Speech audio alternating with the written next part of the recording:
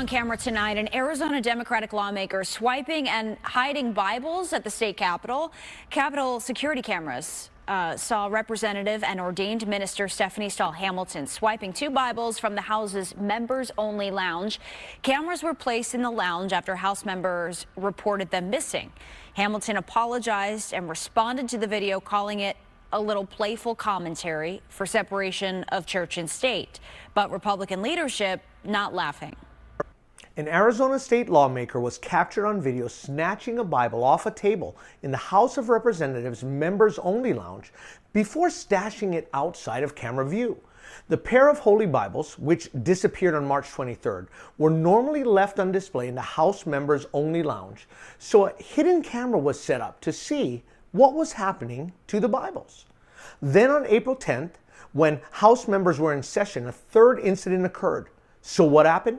The camera footage captured Representative Stephanie Stahl Hamilton, a Democrat and ordained Presbyterian minister, according to her bio, removing the books and hiding them under 2 sofas in the lounge. Psalm 119:11 says, "Your word I have hidden in my heart that I might not sin against you." But this takes hiding God's word to a whole new level. I find it particularly interesting that a Presbyterian minister thought they could actually hide God's word by stuffing it under some cushions.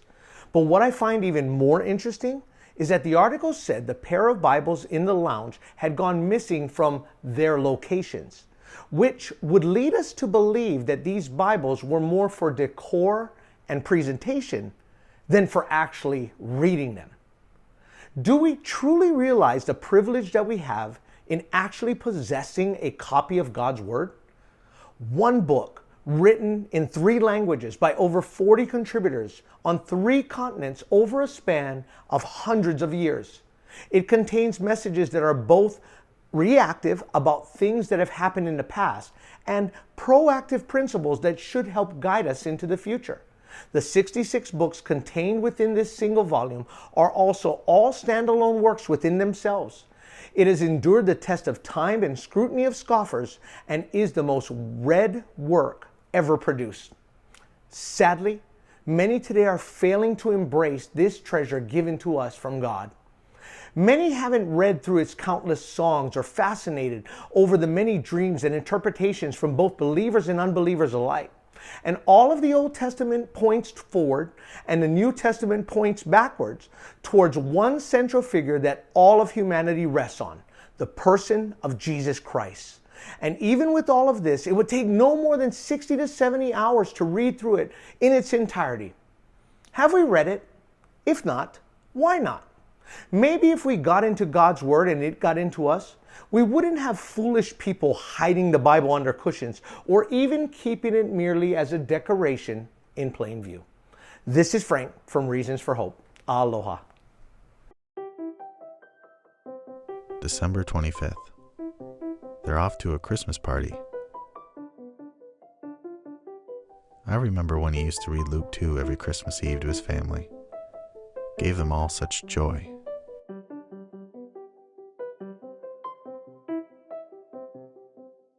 March 15th, spring. I just cleaned the house. He picked me up, but only to wipe away the dust. He's pretty busy thinking about how he's going to afford another child. If he only knew I have the perfect words for him. March 20th. I got packed into a suitcase for some reason and never got taken out. Just tucked away in the pocket. You know, the one with the net. April 14th. His father is sick and they're off to the hospital. Romans 8 could give him perspective. It could give the family hope. John 3 would be great for him to share with his dad, but they left me here.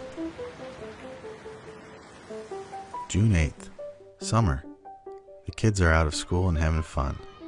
They never pick me up though, probably because he doesn't anymore. He watched them play through the window, but he was sad about something. There's so much in my Psalms for him to read. August 19th. His father passed away and we're going to the funeral. I thought for sure I'd get open today, but no. Just carried along but never opened. I wanted to help so much. October 12th. Still haven't been picked up since the funeral, and he and his wife are pretty distant from each other right now. The family is suffering. The wind did blow my pages open right in front of him, but he just glanced down and walked away. November 28th.